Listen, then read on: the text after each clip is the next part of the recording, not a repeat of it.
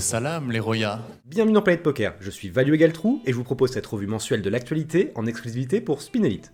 C'est déjà la rentrée, j'espère que vous avez tous passé de bonnes vacances. En tout cas, le poker lui a fait son grand retour avec de nombreux festivals organisés chez Winamax, PokerStars ou Party Poker. De quoi prendre une bonne cagoule à la reprise. Ou pas, bonne chance à vous en tout cas avec de nombreux Day 2 qui sont tout simplement énormes.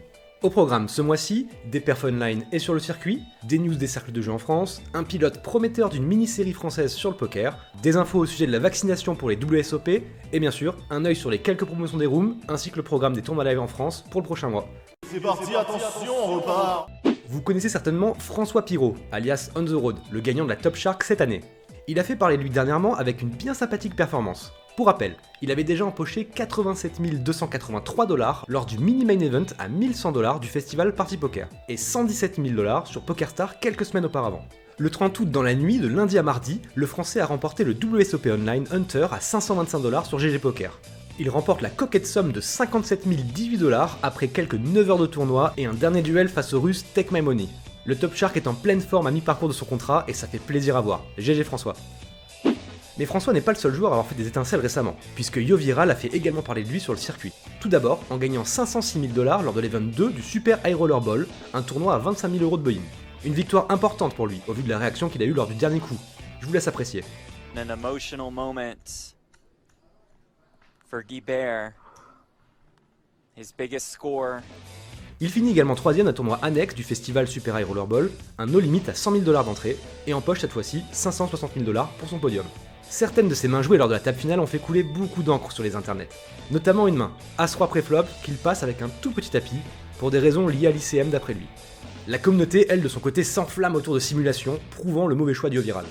Il s'est d'ailleurs exprimé pendant le podcast du RMC Poker Show le 29 août, en compagnie de Pierre Calamusa et de Moundir, que je vous invite à aller voir si vous souhaitez plus d'infos. Et en parlant de Pierre Calamusa, il vient justement de sortir un article sur le blog du Team Winamax. Il y fait part de son envie pour la rentrée de frapper un grand coup en se fixant des objectifs, notamment avec l'arrivée imminente des WSOP et des Winamax Series. Le but étant de se remettre en forme physiquement et pokeristiquement. L'objectif sportif, courir au moins 3 fois par semaine, ainsi que 2 séances de musculation par semaine.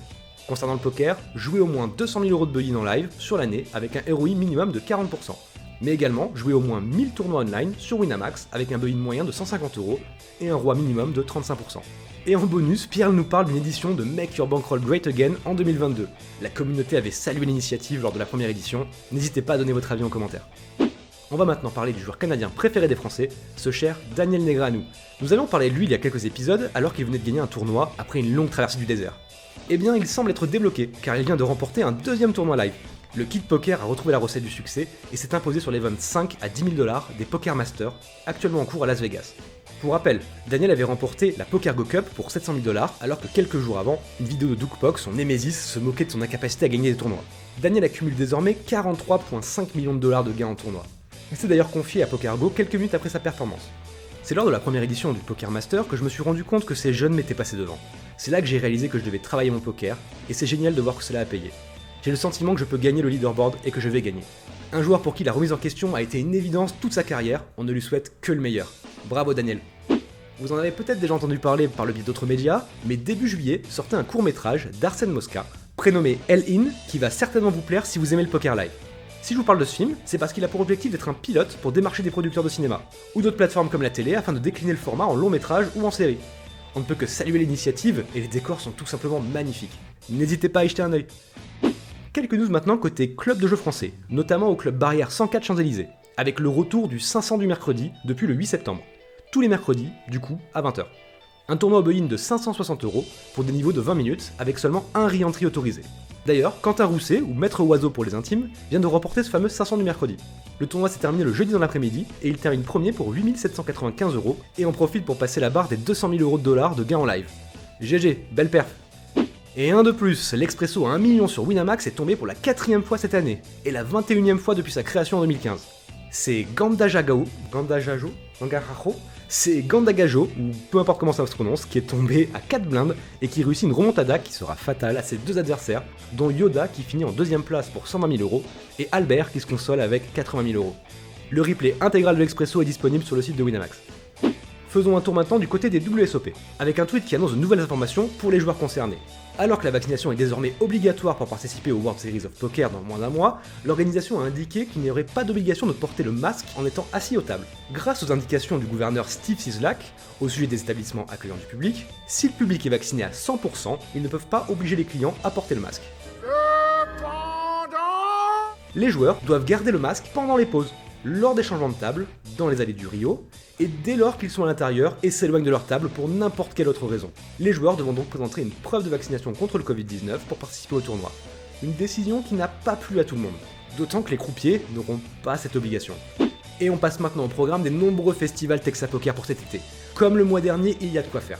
On commence avec le Texapoker Series du 15 au 19 septembre au Casino de San Remo, la Ligue Texapoker du 16 au 21 et du 23 au 28 septembre au Casino de Bandol, le All Poker PMU du 20 au 26 septembre au Club Montmartre de Paris, le Texapoker Series du 22 au 26 septembre au Casino Cannes-la-Croisette, le Texapoker Series du 22 au 26 septembre au Casino La Grande Motte, le Texapoker Series du 22 au 26 septembre au Casino de San Remo, et enfin le All Poker PMU du 29 septembre au 3 octobre au Imperial Casino d'Annecy.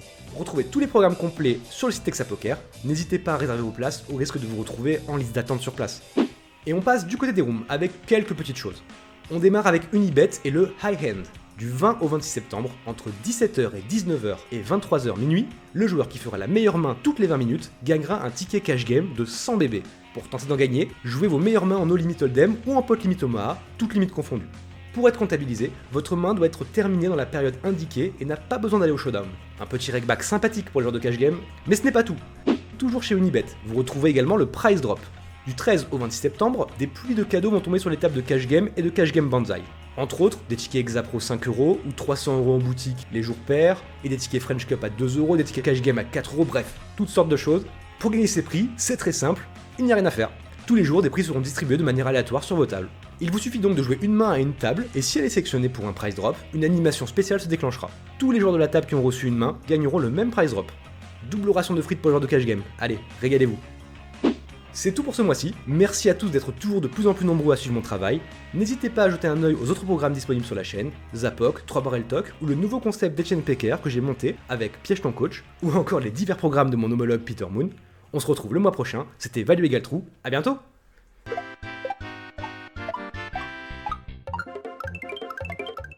Si tu veux rejoindre le Club Starter et profiter de nombreux bonus sur nos rooms partenaires, c'est ici. Et si tu veux rejoindre la meilleure école de poker française, quel que soit ton format de jeu favori, c'est ici. Abonne-toi.